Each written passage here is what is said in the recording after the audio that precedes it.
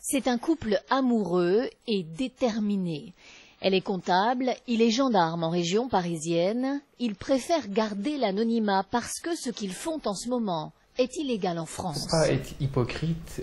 En France, ça se fait, nous, parce qu'on va sur un territoire étranger où c'est légalisé, mais en France, je suis persuadé que ça se fait aussi, entre guillemets, sous le manteau.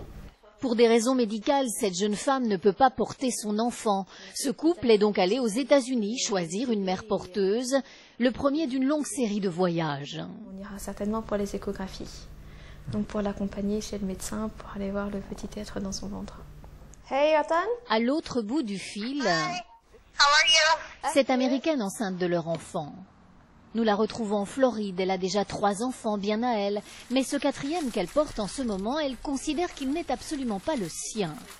Elle est payée 1 700 € par mois par notre couple français pour porter ce bébé. Quelques secondes après l'accouchement, l'enfant leur sera remis. C'était vraiment formidable de les rencontrer, d'apprendre à les connaître. Cela m'a convaincue de les aider pour ce bébé. Cette façon qu'ils avaient de regarder mes enfants, vous savez, ils en ont vraiment besoin. En Floride, porter l'enfant d'une autre est devenu quasiment banal. Des agences sérieuses y mettent en relation mère porteuse et parents biologiques. Cette jeune femme porte le bébé d'un couple canadien. FIV, accouchement, frais administratifs, il faut compter 80 000 € pour un bébé.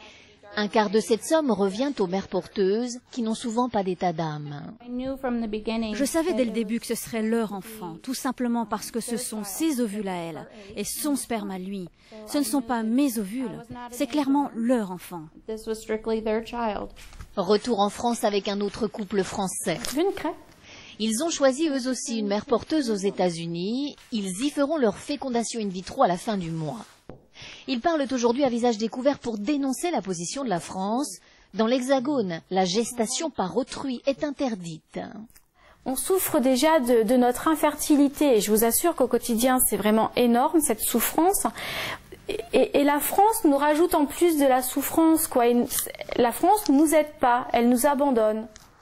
Aux États-Unis, les mères porteuses sont donc légalement payées pour louer leur ventre, et c'est entre autres ce qui dérange le législateur français. Cette Américaine porte l'enfant d'un couple parisien. Mais pour elle, comme pour son mari, l'argent n'est pas la motivation première. Il parle d'une décision altruiste. Quand la nature aura fait son travail, on aura ce cadeau à leur donner. Il prendra la forme d'un petit être vivant qu'ils n'auraient jamais eu autrement. En fait, c'est quelque chose de magnifique. Chaque année, plusieurs centaines de couples français traversent l'Atlantique pour réaliser ici leur rêve de fonder une famille. Une procédure longue, coûteuse et psychologiquement très difficile. Ces parents français reçoivent ici un acte de naissance officiel et américain. Mais quand ils rentrent en France, la justice n'accepte pas d'ajouter leur nom sur le livret de famille. Des bébés sans état civil et pourtant tellement désirés.